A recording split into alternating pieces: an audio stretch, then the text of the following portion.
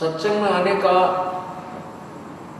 समय नहीं मिलता हमारे को, और हम अपने एक पेट के लिए न जाने कहाँ कहाँ देश विदेश में जा करके मजदूरी करने लग जाते हैं।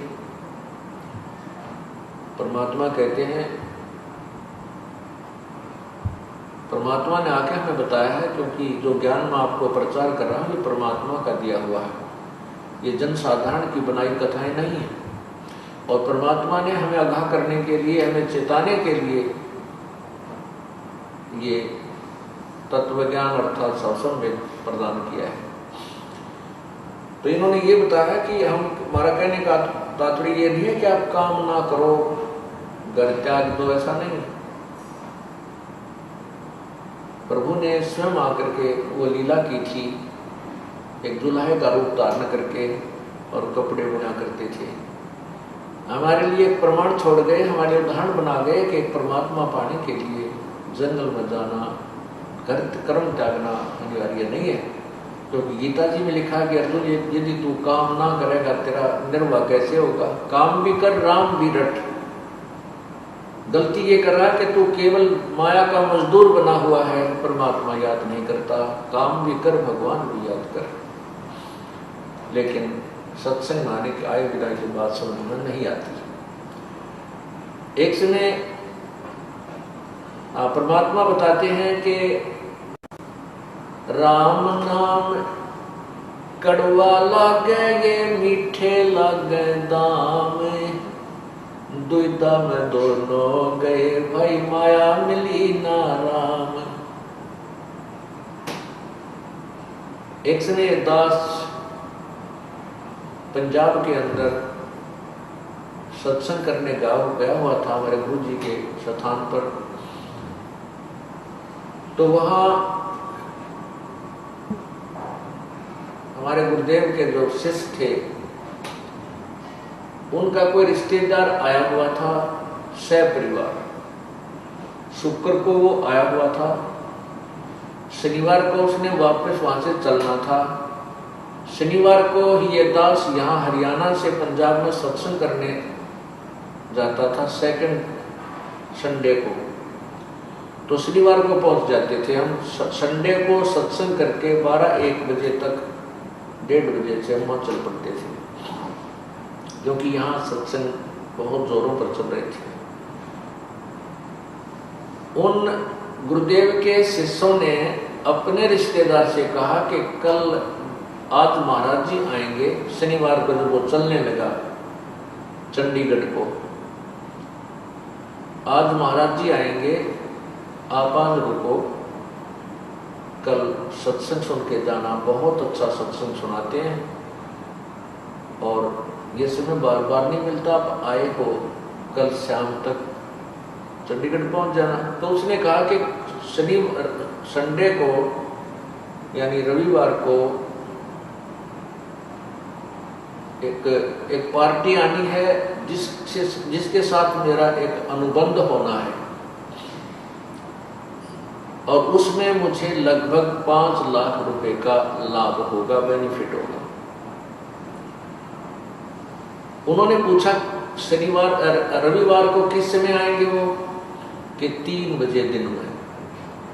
उन्होंने बताया कि 12 बजे 12:30 बजे तक सत्संग हो जाता, 10 से 12 बजे तक 2 घंटे सत्संग करते हैं।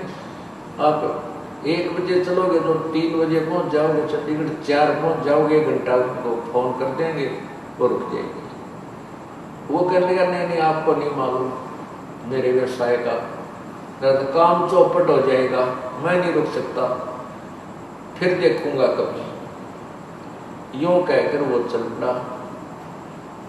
परिवार के 4 सदस्य थे, चारों के चारों उस गाड़ी में, मारुति गाड़ी में, कार के अंदर विराजमान थे। अंबाले के पास जा लिए, वहां पर एक बजरी से भरा हुआ ट्रक खड़ा था, उसके पिछले व्हील निकाल रखे थे, जैक लगा रखा था, और उस स्वयं वो गाड़ी ड्राइविंग कर रहा था। उसको तो 5 लाख दिखाई दे थे, कुछ नहीं दिखा था, इतनी स्पीड से गाड़ी भगा रहा,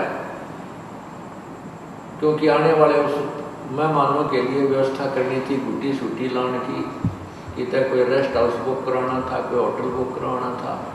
उसने वो दिखे के उसने मारी, वो उसकी गाड़ी जो है उस ट्रक के नीचे जा घुसी। उस गाड़ी के घुसने से वो जैक हट गया और वो लोडेड ट्रक बजरी का उस कार के ऊपर गिर गया। चारों के चारों सदस्य वही मट्टी में मिल गए। ये परमात्मा अब सिर पर धर ले उस 5 लाख के कॉन्ट्रैक्टर ने, जो काम करना था इस मनुष्य शरीर से वो करा नहीं गया, और जोड़ रखे मुझलो भी ने 20-30 लाख के कौन बरतेगा भगवान जाने। और जो पाप कमाए परमात्मा नहीं बजा, फिर गधा बने कि तो सुअर बने 84 लाख दुनिया भोगनी पड़ेंगी। परमात्मा याद दिलाते हैं, राम नाम कड़वा लागे ये मीठे लागे दाम, भाई दुविधा में दोनों गए माया मिली नाम। पुण्यात्मा ये बात कर्ण सुन की नहीं है, ये कर पाड़न की है। एक भक्त कहने लगा, शुरू ये बातें जो सुनता है इंसान अपनी बुद्धि से सोचता है, कहने लगा जी ये तो बातें कहन की हैं, डराने के लिए कह रखी हैं, भाई तू गधा बनेगा, सुअर बनेगा, पशु बनेगा, ये तो डराने के लिए कह रखी हैं, ऐसा कुछ नहीं होता। और किसने देखा है और उसको बताया कि नादान, अब कोई चोर चोरी करता है और उसको कोई बताता है कि चोरी मत कर, तुझे पुलिस पकड़ेगी, पीटेगी, काला मुंह किया जाएगा, तेरी सजा हो जाएगी। यदि वो चोर नो कहे किसने देखा है, ये तो डराने के लिए कह रहे हैं, ऐसा कुछ नहीं होता है, तो उसकी नालायकी है। वो सभी बातें उसके साथ बीतेंगी तो उसको पूर्व आगाह किया जा रहा है कि चोरी करेगा तू पिटेगा, काला मुंह करेंगे और वह फिर सजा हो जाएगी। यदि वो डर जाता है, वो डर भी है और सत्य भी है। अगर वो उस डर से डर जाता है तो बुराई से बच जाएगा, चोरी नहीं करेगा, और चोरी नहीं करेगा तो सजा नहीं होगी। जो संतों ने हमें बताया है, परमात्मा ने आकर के हमें ये तत्व ज्ञान दिया है, उस पर हमने खरा उतरना चाहिए, उसको सत्य मानना चाहिए, और उसमें डर भी है और सत्य भी है।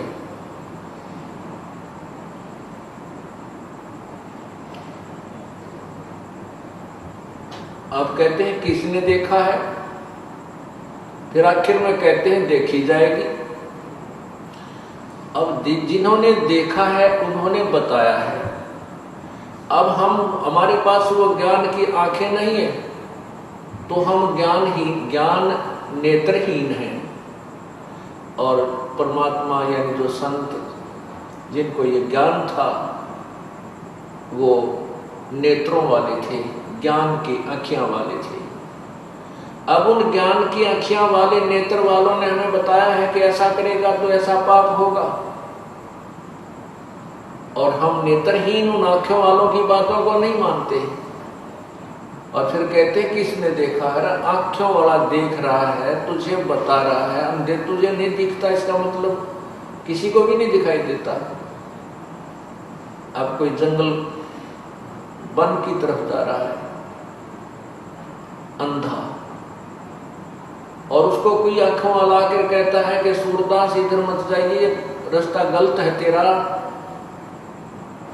सूर्यास्त होने वाला है, तू जंगल में घुस जाएगा, यहाँ पर झाड़ हैं, कांटे हैं, इनसे जंगली जानवर हैं, तुझे मार डालेंगे, खा जाएंगे।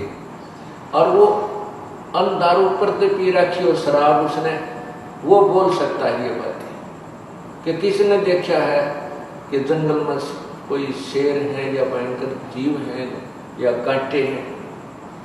अरे नालायक, वो जिसने देखा वही तो बता रहा है कि इधर जा रहा है, जंगल में ऐसे भयंकर जानवर हैं, ऐसा तेरे साथ बीतेगी। वो आंखें वाले की मानना नहीं, अंधे ने दिखता ना, बता फिर ना तो मर जा, फिर पड़ कुएं में, देख क्या होगा तेरे साथ वहां जाके जंगल में। तो संत थे, ये आंखों वाले थे, हम नेत्रहीन हैं, हमारे वो ज्ञान की आँखियां नहीं है। और हम उनका संतों की वाणी को काट देते, किसी ने जो चाहे तो वैसे कह रखिए, तो हम अंधे भी और ऊपर तो शराब पिए हुए व्यक्ति जैसा व्यवहार कर रहे हैं। फिर नौकर देखी जाएगी, फिर देखी जाएगी। अरे मरे पाछा गधे बन के, गधे बने पाछा हम क्या देखेंगे, फिर तो कुमार देखेगा। ऊपर कमर पर 2.5 मन का बोरा होगा और अच्छा लंबा लठ पीछे कमर के ऊपर मारेगा। हमने देखना है, हम अब देख सकते हैं। अपनी आंख नहीं है तो संतों के द्वारा दिए गए इस ज्ञान से हम अपनी आंखें बनवा सकते हैं, और फिर हम इस रोशनी के अंदर ठीक रास्ते चल सकते हैं।